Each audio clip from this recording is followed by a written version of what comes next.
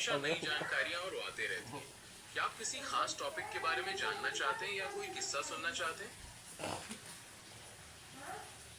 ये तो बहुत बढ़िया बात है। चलिए, तो फिर आज किसी मजेदार किस्से से शुरुआत करते हैं, या फिर आप कुछ और शेयर करना चाहते हैं? चलिए एक दिलचस्प किस्सा सुनाता हूँ। क्या आप जानते हैं कि इतिहास में कुछ ऐसे भी पक्षी हुआ करते थे जो उड़ नहीं सकते थे, वह इंसानों से बिल्कुल नहीं डरते थे। वे बहुत शांत और सीधे साधे जीव थे। क्या आप इस बारे में और जानना चाहेंगे? जी बिल्कुल, ये तो बहुत दिलचस्प लग रहा है। ऐसे पक्षियों के बारे में सुनना वाकई मजेदार होगा। कृपया विस्तार से बताइए, मैं सुनने के लिए उत्सुक हूँ। मैं डोडो पक्षी की बात कर रहा था, जो मॉरिशस द्वीप पर पाया जाता था। ये पक्षी उड़ नहीं सकते थे और इनका कोई प्राकृतिक शिकार नहीं था, इसलिए इंसानों के आने पर ये बिल्कुल नहीं डरते। भाई ये लोग आज पक्षियों पे चर्चा कर रहे हैं दोनों आपस में। इन्हें पता ही नहीं है हम किससे बात कर रहे हैं। आपकी बात बिल्कुल सही है। डोडो पक्षी का इतिहास इस बात का एक दुखद उदाहरण है कि कैसे इंसानी गतिविधियों से वन्य जीवों पर बहुत बुरा असर पड़ता है। क्या आप डोडो के बारे में कुछ और बताना चाहते हैं? डोडो आकार में काफी बड़े होते थे, लगभग 3 फीट लंबे, और उनका वजन भी काफी ज्यादा था। उनकी एक खास पहचान उनका बड़ा सा हुकदार बीक था, जिससे वे फल और बीज खाते थे। उनकी शारीरिक विशेषताओं के बारे में जानकर बहुत अच्छा लगा। क्या डोडो के बारे में कोई और दिलचस्प तथ्य है जो आप साझा करना चाहते हैं?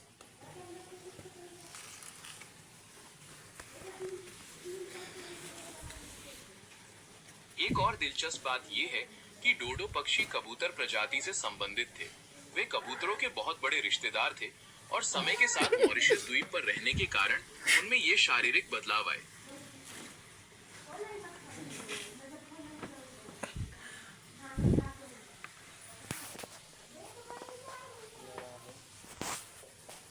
ये तो वाकई आश्चर्यजनक तथ्य है कि वे कबूतर प्रजाति से जुड़े थे।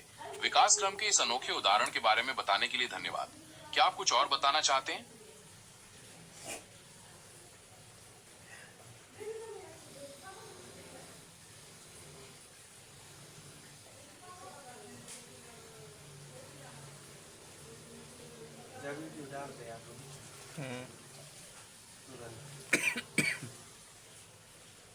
जी बिल्कुल। डोडो पक्षी का आखिरी बार दीदार 17वीं शताब्दी के अंत में लगभग 1662 के आसपास हुआ था। वही पे इसके चर्चा बाद से चल रही कभी इस पक्षी को नहीं देखा। भाई। आज लोग कोई डोडो पक्षी के बारे में चर्चा कर रहे हैं। 2 मिनट हो गया इनकी चर्चा बंद नहीं हो रही है एक दूसरे से। पता ही नहीं 1962 में क्या हुआ ये नहीं पता है। कि हम ऐसी निकोबार कबूतर डोडो पक्षी का सबसे करीबी जीवित रिश्तेदार है। ये पक्षी मुख्य रूप से निकोबार द्वीप समूह और दक्षिण पूर्व एशिया के छोटे द्वीपों पर पाया जाता है। क्या आप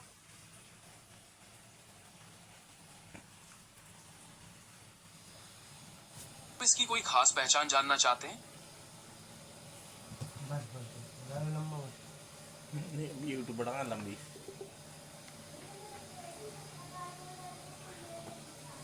भाई एक ने इंटरनेट छोड़ दिया, नहीं तो चालू था काम।